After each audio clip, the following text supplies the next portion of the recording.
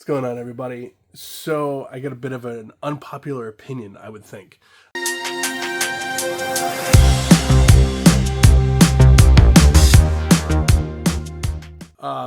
It's been on my mind for a while.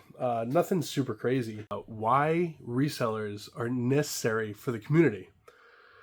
So, just my personal opinion, being in the community for quite a while now, getting to know some of the bigger resellers over the past few years. And, it's a big difference between people being the scumbag reseller and a genuine reseller. Obviously, there's so many differences, and what one person thinks is a scumbag reseller is totally different from what somebody else does. I obviously wear, if you guys have seen me at conventions or you've seen, I think I've posted online. If not, I think it's the headliner on my Facebook page, is my shirts that say Sprooch on the front. On the back, it says Scumbag Reseller. I'll throw up some pictures. But, especially over the last few years, like I said, I've gotten to know some of the big ones like Phoenix Resale. I've known Retro Rick for a long time. I haven't met him in person, but Chase After the Right Price, we've talked in the past before. I've some of the big ones, and I know there's some channels out there that rip these guys apart on a weekly basis. But I want to know your opinion as we're going through this down below. What is your opinion of a scumbag reseller versus just a regular reseller? Anybody who's bought from me knows I try not to do the whole scumbag thing. Basically, as a reseller, you have to have everything priced. You have to start somewhere. eBay obviously is the biggest market out there worldwide. There's other ones out there, Whatnot you can get deals on. There's the new one, Encore, that's coming out that looks really cool to work on. There's all these different apps that you can use to do reselling of basically, obviously, video games. I do a lot with video games, toys, trading cards are my big three.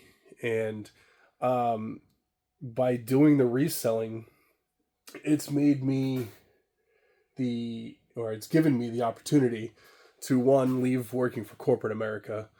And I love it. But, some people don't want to buy from us because they say we're scumbags. And I don't feel that way personally.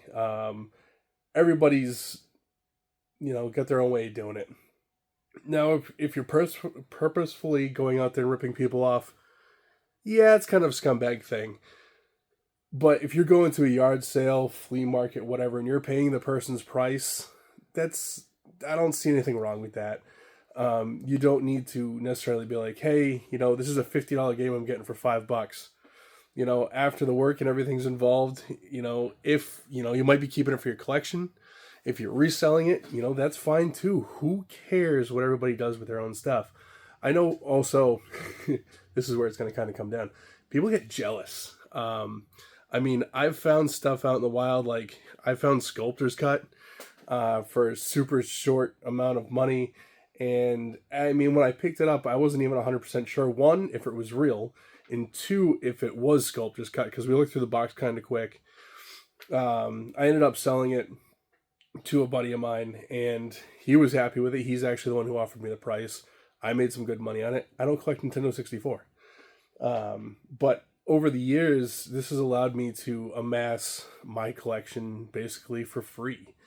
Very little money involved in it. Like, the money that I use to buy stuff to resell for my collection, some stuff for the family, like stuff like that, is all come from reselling the toys, the video games, the cards. But, it's kind of, it's a difference of opinion. And, I want to know your guys' opinion on what you think the big difference between, a regular reseller and a scumbag reseller is, why we're necessary to, being here. Because I get up on weekends, I get up really early on Sundays, we're out most of the day, we're hunting, and you know what? Nowadays, it's not like it was 5 years ago, where you would find, video games $2-3 a piece. Uh, nowadays, basically, like, you're kind of lucky if you're paying 50% of value, I feel. Everybody looks everything up on their phone. Some people obviously don't care. Deals are out there. It's just a matter of you got to grind. You got to get into it. And I know a lot of people like, whatever, but you got to keep in mind the time, your energy, your storage, your gas, your wear and tear in your vehicles.